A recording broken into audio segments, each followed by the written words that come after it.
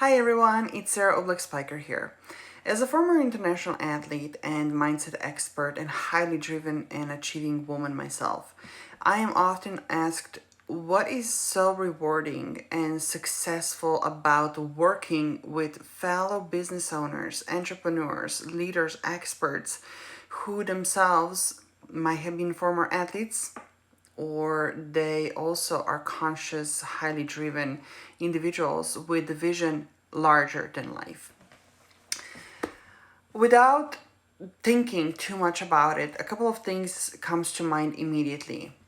Discipline, courage, ownership, and commitment. Those are the four characteristics that I do believe all of us do share. And those are the things that can't quite be taught. It is something that comes to somebody innately. You have it or you don't. Now, all those four characteristics are powerful tools in order to achieve the results that we set out to achieve. Like I said, we are unstoppable on our quest. When we set our mind to something, we are going to make it happen. But this making it happen is oftentimes the reason why most of my clients are coming to me in the first place, because they know that there's only so much that they can accomplish by making it happen. See, I'm gonna go out on a limb here and I'm gonna make a very bold statement, and I'm gonna say that highly achieving, driven individuals, former athletes or not, we are typically operating from some sort of a core wound, operating from the system that we have been indoctrinated into. Maybe it's generational, maybe it's cultural, maybe it's epigenetics. But somewhere it's encoded that we are not enough as is. So what do we have to do? We have to prove our worthiness. We have to work hard for the results, for the approval, for acceptance. So we get to push, we get to force for things to happen. We want to control the process and the outcomes, and we strive for perfection. Yes, results are there, but so is this.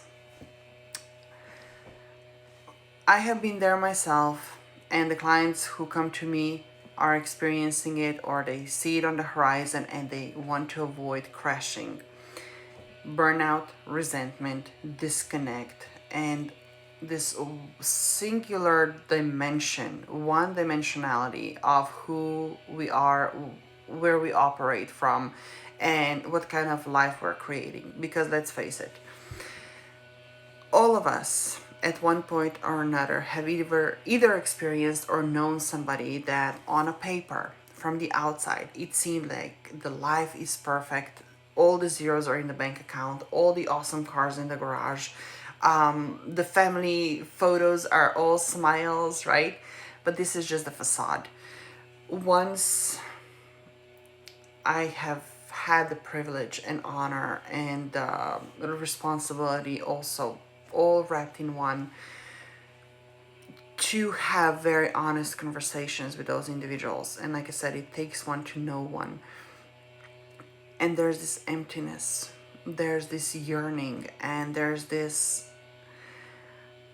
void that needs to be filled, and also this deep knowing that it does not have to be this way, this knowing that one thing does not cancel out the other.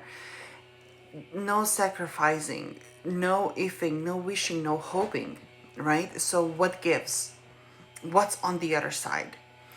That's where we take those characteristics initially, right? The discipline, the courage, the commitment, and ownership for actions, and we upgrade them.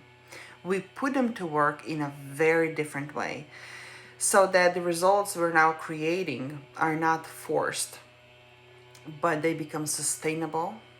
And yes, they can be quite exponential actually, and those quantum leaps are quite massive. The way we do that is by transforming the push into pull, by transforming force into ease, by transforming the need for perfectionism and control into allowing for vulnerability and surrender.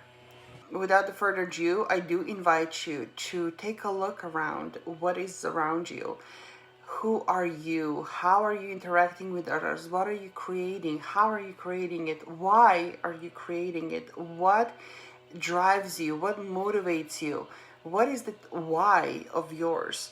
And see where can you remove this tension and the hooks to really elevate your game and really become the best version of you and do the best work and magnify, amplify the impact that you make on others with so much more ease and grace and enjoyment and fulfillment.